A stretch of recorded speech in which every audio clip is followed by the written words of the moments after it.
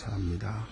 어둡고 캄캄한 밤 이대로 어두워질 것 같지만은 그러나 다시 아침을 허락해 주시며 모든 일이 막막하고 답답해는 여기서 끝나는 것 같이 느껴지지만은 합동하여 선을 이루시는 하나님의 사랑이 우리 앞에 있음을 알기에 지난날에도 그렇듯이 또 내일도 감사와 찬송과 영광을 주께 돌리옵나이다. 하나님 아버지, 약한 자를 들어 강하게도 하시고 게으른 자를 드러 나게도 하셨습니다. 주님께서 여기까지 인도하사 싸우니 이제 남은 길을 순탄케 끝까지 인도하여 주시옵소서. 하나님 아버지, 우리의 뜻대로 안 되는 일도 많이 있습니다마는 그러나 우리가 생각지도 못했던 더 귀한 일들이 우리 앞에 이루어지고 있음도 생각하며 하나님 앞에 감수 있게 해주시고 받은 바 은혜를 감사하며 또 앞에 있는 주님의 약속을 믿고 감사하면서 감사로서 금을 이기고 찬송으로 모든 역경을 물리칠 수 있게 하여 주시옵소서. 어떤 처지에 있든 주의 사랑을 잃지 않게 하시고 어떤 형편을 당하든지 주님이 나와 함께 하심을 항상 확인하며 살아가게 하여 주시옵소서. 주의 약속을 받는 자로서 합당한 생을 살게 하사 항상 여유 있게 또 인내하며 감사하며 온유 겸손한 가운데 주를 섬기게 하여 주시옵소서. 누구를 만나든지 주님을 대하듯이 대하게 하시고 물질과 함께 살지만은 결코 물질의 노예가 되지 않게 하소서. 비록 사랑을 받지 못해도 사랑하는 것을 절대로 떠나지 않게 해주시고 대접을 받지 못하면서 우리는 주님을 생각하는 가운데 대접할 수 있게 해주시옵소서. 여러 가지로 어려운 가운데 형편에 있는 분들에게 주여 그리스도의 사랑을 펼 수 있는 그런 귀한 마음도 허락하소서. 오늘 하루의 생활이 선한 생활, 베푸는 생활, 그리고 다시 주의 사랑을 확인하는 그런 하루가 되게 해주시옵소서. 오늘도 하나님의 말씀이 바르게 권세 있게 전해지게 하시고 땅끝까지 들려지게 하시며 이 말씀을 듣지 못해서 구원받지 못하는 불쌍한 심령이 없게 해주시옵소서. 하나님의 말씀을 펴 읽을 때마다 계시의 영이 우리와 함께 하사 그 깊은 뜻을 알게 하시고 말씀 안에서 주의 얼굴을 배우며 말씀 안에서 주의 내게 향하신 음성을 듣게 해주시옵소서. 주여 저희 교회로 하여금 교회된 귀중한 본분 능히 감당할 수 있게 하시고 모든 교회에 살피게 하시고 교회의 교회상을 바로 보여줄 수 있는 그런 견인적 사명을 감당하는 교회가 되게 해 주시옵소서. 주를 섬길 때마다 늘 기쁨으로 오직 충성된 마음으로 섬기게 하시옵고 주께서 같이 하사 이 나라도 복을 받기서 원하오니 온 국민이 정직하고 성실하고 부지런한 백성 되게 하시고 모든 지도자가 진정으로 사랑하며 정결하게 투명하게 역사하여서 분명코 온 국민의 존경과 신뢰를 받을 수 있는 그러한 분위기를 이끌어 가게 하여 주시옵소서. 주여 이 나라의 정치, 경제, 문화, 교육 하나하나 다 흔들리고 있어. 이런 모든 진통이 밝은 미래를 창출하며 하나님께 가까이 가게 하여 주시옵소서. 자비하신 주여, 주 크고 놀라운 역사를 더해 주셔서 저 북녘 땅에도 소속히 자유를 주시고 오늘 우리가 해야 할 마땅한 도리를 잘 감당케 하시며 주께서 맡기신 사명 다하게 하옵소서. 지하에서 울부짖는 성도들 지켜주시옵고 굶어 죽으며 영양실 성장도 못하는 그 어린이들을 주여 돌보아 주시옵소서. 하나님 아버지, 하나님의 뜻이 속히 이루어져서 복음 안에서 통일되는 그 아침을 맞게 해 주시옵소서. 하나님 아버지, 오늘도 해외에 있든지 여행 중에 있든지 군문에 나가 있는 젊은이들 하나 보살펴 주시옵고, 특별히 공부하는 자녀들 이 죄악 세상에 물들지 않도록 늘 지켜 주시옵소서. 병이 있는 분들과 슬픔을 당하는 가정에 주님의 큰 위로를 더하시고, 모든 근심과 걱정 많은 문제로 시달리는 가정에 주님 큰 위로를 베풀어 주시옵소서. 주여 이 날이 복되게 하시고 아름다운 일들을 경영하며 좋은 소식을 전하고 또한 기쁜 소식을 듣게 해 주시옵소서. 이날 하루가 하나님께 영광이 되고 주의 크신 은혜를 찬양하는 아름다운 이날이 되게 해 주시옵소서. 주 예수 그리스도의 이름으로 기도드립니다. 아멘. 하나님의 말씀은 계속해서 우리 스가랴 4장, 14장 끝장을 보겠습니다. 이제 마지막 말라기 하나 이제 남았습니다. 스가랴 14장, 본문이 좀 깁니다만 1절로부터 21절 끝절까지 오늘 아침 다 보도록 하겠습니다. 스가랴 14장 1절부터 끝절까지입니다. 같이 봉독하십시다. 여호와의 날이 이르리라. 그날에 내가 재물이 약탈되어 너 중에 나누이리라. 내가 열국을 모아 예루살렘을 싸우게 하리니 성읍이 함락되어 가옥이 약탈되며 부녀가 욕을 하고 성읍의 백성이 절반이나 사로잡혀 가리니 나와 함께 없으니 소금에 끓여지지 아니하니 그때 여호와께서 나가사 그 열국을 치시되 열방의 전쟁을 싸우는 것 같이 하시리라. 그날에 그늘이 팔이 예루살렘의 동편의 감람산에 서실 것이 남산은 그 한가운데 동쪽에 갈라져 매우 큰 골짜기가 되어서 산 절반은 북으로 절반은 남으로 옮겨 그 산 골짜기는 아셀까지 미칠 그날에 골짜기로 도망하되 유다왕 우시야 때에 지진이 피하여 도망하던 것 같이 하리라. 나의 하나님 여호와의 임하실 것이요 모든 거룩한 자가 주와 함께 하리라. 날에는 빛이 없겠고 열광이 밝게 할 것이라. 여호와의 아시는 날이 있으리니 낮도 아니요 밤도 아니라 어두워갈 때 빛이 있으리로다. 그날에 생수가 예루살렘에서 솟아나서 일반은 동해로 좀 승목을 것이 예루살렘에 너그럽고 그러하리라. 여호와께서 천하에 만드셨으니 그날에는 여호와께서 홀로 하나 있으 그 이름이 홀로 하나 있을 것입니다. 온 땅의 아라비아 같이 게바에서 예루살렘 남편 기본까지 미칠 것이며 예루살렘이 높이 들려 그 본초에 있으니 베의 문에서부터 천문자리와 성모퉁이에까지 하사넬 망대에서부터 왕의 포도주 사는 곳이라. 사람이 그 가운데 거하며 다시는 저주지 아니하리니 예루살렘이 안연히 서리라. 예루살렘을 친 모든 백성을 여호와께서 내리치신 재앙이 이러한 그 섰을 때에 그 살이 썩으며 그 눈이 구멍을 썩으며 그 혀가 익어 썩을 것이다. 그 날에는 여호와께서 그들을 크게 요란케 하시니 피차 손으로 잡을 것이며 피차 손을 들어 칠 것이며 다만 예루살렘의 사울이 그때의 사면에 있는 열국의 보좌와 또한 말과 새와 약대와 나귀와 진이 있는 모든 육체 질 재앙도 그 재앙 같으리라. 예루살렘을 치러왔던 열국의 남은 자가 해마다 올라와서 그 왕국이 여호와께 경배하며 초막을 지킬 것입니다. 천하의 만국의 그 중국의 여호와의 숭배하러 예루살렘에 올라오지 아니하는 자에게는 비를 내리지 아니할 것인즉 만일 열국에 밖에서 올라가지 아니할 것입니다.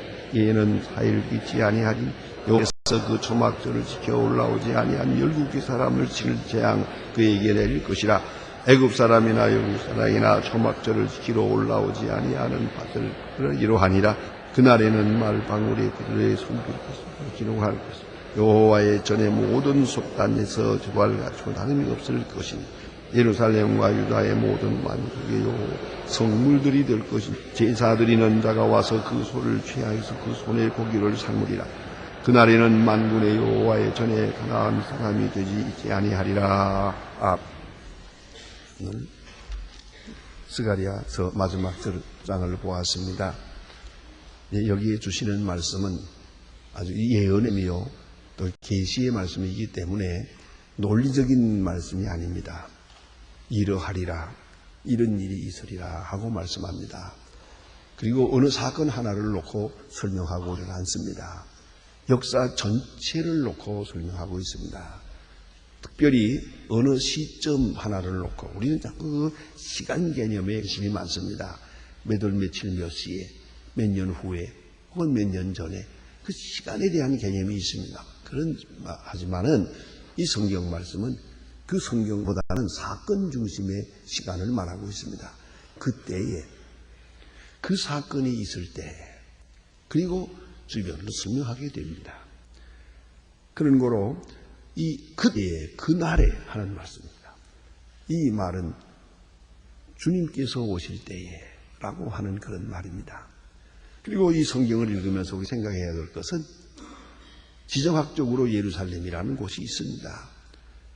그 예루살렘과 그리고 신령한 예루살렘을 이렇게 구분해서 생각해야 합니다. 그러니까 유대 나라에 있는 예루살렘이라는 것은 그건 예루살렘, 이스라엘 나라의 수도입니다. 그러나 그것이 예표적이요 상징적인 중요한 의미를 가지고 있습니다. 그런가 하면 참 예루살렘은 곧 교회를 말하는 것이요, 눈으로 보이는 것이 아니고, 또 보인다 치더라도 어느 한 곳을 지칭하는 말이 아닙니다. 그래서 하나님의 교회, 큰 교회요, 세계적인 우주, 상타 이클레시아 가톨리카라고 이렇게 말하는데, 그런 가톨리카라는 큰 우주적인 유니버설 처치를 한번 생각해 보세요. 그 진정한 예루살렘입니다. 그것을 위하여 이 유대 나라에 있는 예루살렘 성은 있어왔고, 그것이 말해주는 역사적 증거가 있는 것이옵시다. 그래서 오늘 본문을 자세히 보면 여호와의 날이 이르리라, 그 날에는 이러이러한 일이 있겠다라고 말씀합니다. 그것은 시간적으로 생각하기보다는 예수님께서 오셔서 이루어질 그 날을 말하는 것입니다. 특별히 본문을 자세히 보면은요, 구절 구절이 참 귀한 말씀들이 많이 있는데 다 설명을 못 드립니다만은 우리에게 큰 충격을 주는 말씀이 있습니다. 예루살렘을 치러 왔던 열국 중에 남은 자가 해마다 올라와서 그 왕 만군의 여호와 숭배하며 초막절을 지킬 것이라. 예루살렘을 치러 왔던 사람들이 절기 때마다 와서 예루살렘에 와서 경배하게 될 것이다 말씀입니다. 여러분 아시는 대로 예수를 십자가에 못 박은 것은 빌라도입니다. 로마 사람입니다. 로마 총리겠습니까? 로마가 예루살렘을 점령하고 있으면서 예수님을 십자가에 못 박는 일이 관여가 돼서 예수를 재판 사형 선고를 한 것은 사내들인 공의회입니다. 유대 사람들이지만은 그 예수를 십자가에 못 박는 그런 집행을 한 것은, 사형을 집행한 것은 빌라도입니다. 최종 결정은 빌라도가 한 겁니다. 그러면 한마디로 말하면 로마 사람이 예루살렘에 와서 예수를 십자가에 못 박았습니다. 그러나 불과 얼마 안 돼서 그저 불과 200년밖에 안 됩니다. 그런 시간이 지나간 다음에 로마가 있게 되고요. 로마가 기독교 국가임을 선포하게 되고, 그리고 우리가 잘 아는 바와 같이 로마의 기독교를 대표하는, 그 당시에 대표하는 교황이 결국은 예수를 십자가에 못 박은 사람들이, 그 후손입니다만 그분들이 예수를 섬기게 됩니다. 그리고 예루살렘을 성지화하려고 합니다. 바로 십자군 전쟁으로 이어지는 거 아닙니까?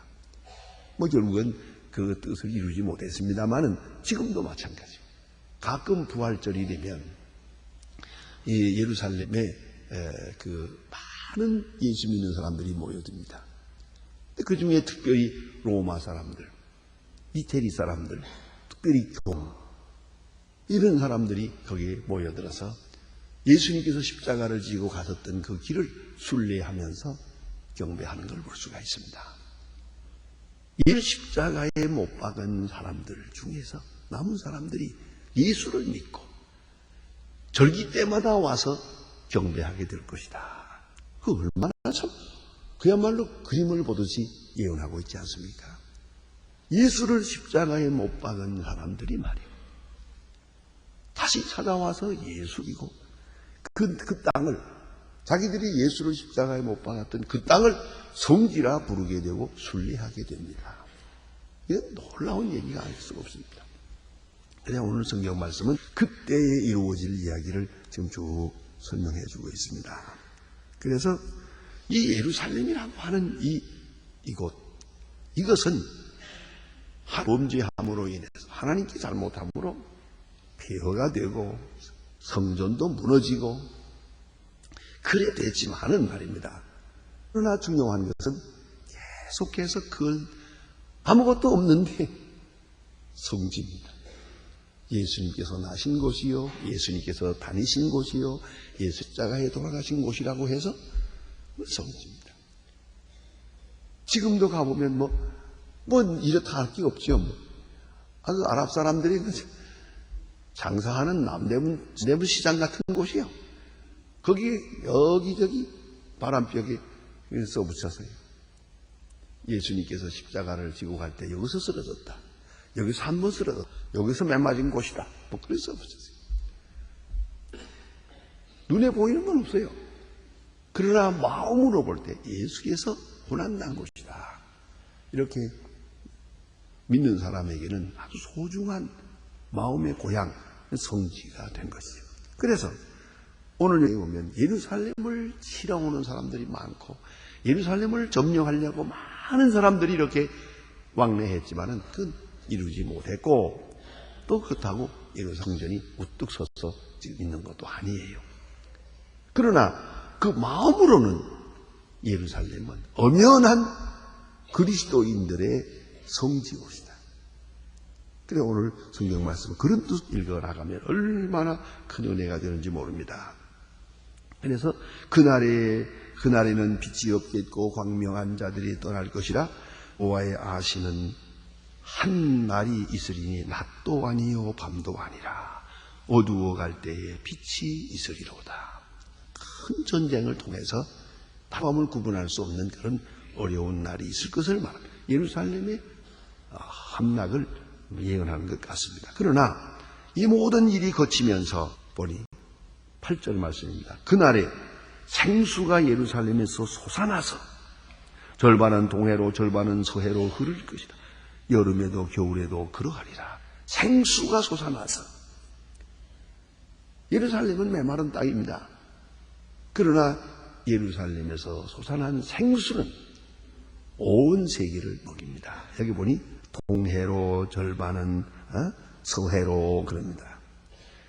해석자들은 생각해 봅니다. 동해로 성해로 이거 무슨 말일까? 그러니까 소로마 동로 사실로 예루살렘을 중심해서 당시에 온 세계가 예수를 믿게 될 때 지금도 신학적으로 구분합니다. 동서 나눕니다. 그래서 이 신학적으로 구분하면서 동에 속한 사람들, 소위 이 동방에 속한 사람들의 신학이 있어요. 서방에 속한 사람들의 철학적 신학이 있어요. 동으로 서로 이렇게 둘로 나누어서 이 사상의 흐름을 우리가 이제 연구하게 됩니다. 하나님의 말씀은 하나입니다. 그 뿌리는 하나입니다만은 이해는 두 가지입니다. 동서입니다. 우리는 지금 동에 속합니다. 그래서 우리는 그 사고방식이 항상 동양적인 데가 있습니다. 서양 사람의 사고방식하고 다릅니다. 사고하는 그 프레임이 다릅니다. 근데 오늘 여기 생수가 예루살렘에서 솟아나서 하나님의 진리가 솟아나서 동과 서로 다 나누어 흐르겠다. 이것을 그런 사상적 차원에서 이해하면 참 놀라운 예언에 많을 수가 없습니다. 그 다음에 보면 이제 그렇게 되는 가운데도 12절에 보니까 예루살렘을 친 모든 성에 여호와께서 내릴 재앙이 이러하니라 그랬어요. 예루살렘 그 아무것도 아닌 것 같지만은 그러나 거기엔 하나님의 이름이 있기 때문에 그 이름을 더럽힌 자에게 재앙을 내립니다. 예루살렘을 친 자들에게 계속 재앙을 내립니다. 그러니까 예루살렘을 중심해서 그 보이는 예루살렘, 보이지 않는 예루살렘. 그래서 그 대항하는 사람들에게 하나님께서 적당하게 저주로 징벌하시겠다고 말씀하십니다. 그것이 여기 자세하게 설명이 되어요. 그 다음에 내려가서 아까 보신 말씀대로 16절 말씀에 보면 예루살렘을 치러 왔던 열국의 남은 자가 해마다 올라와서 그랬어요. 해마다 올라와서 초막절에 경배할 것이다.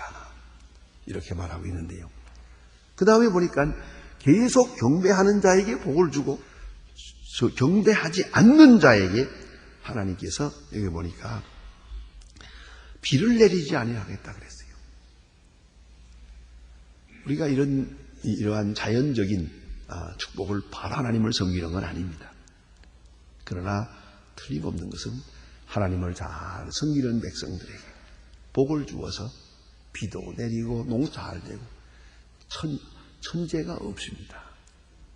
그런 것을 잘 살게 된 걸 볼 수가 있고, 하나님을 버릴 때, 하나님을 떠날 때 하나님 그 땅에 재앙을 내리시는 걸 볼 수가 있어요. 그건 참 이상합니다. 그건 정말 너무나도 확실합니다.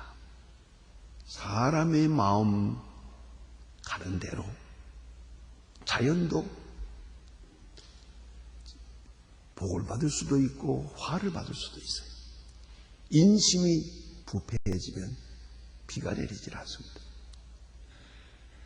그래서 옛날 우리나라의 풍속에 보면요, 몇 달씩 비가 내리지 않으면 우리 옛날 풍속이니까 하나님을 모를 때 뭐 기후제를 드리고 뭐 그렇죠. 하지만 뭐 그건 그렇게 자기들이 그것밖에 몰랐으니까 그렇게 했겠다 생각하는데, 하나 우리 속에 눈여겨볼 수 있는 게 뭐냐면 비가 계속해서 몇 달 내리지 않으면요, 감옥에 있는 죄수를 석방했어요. 왜?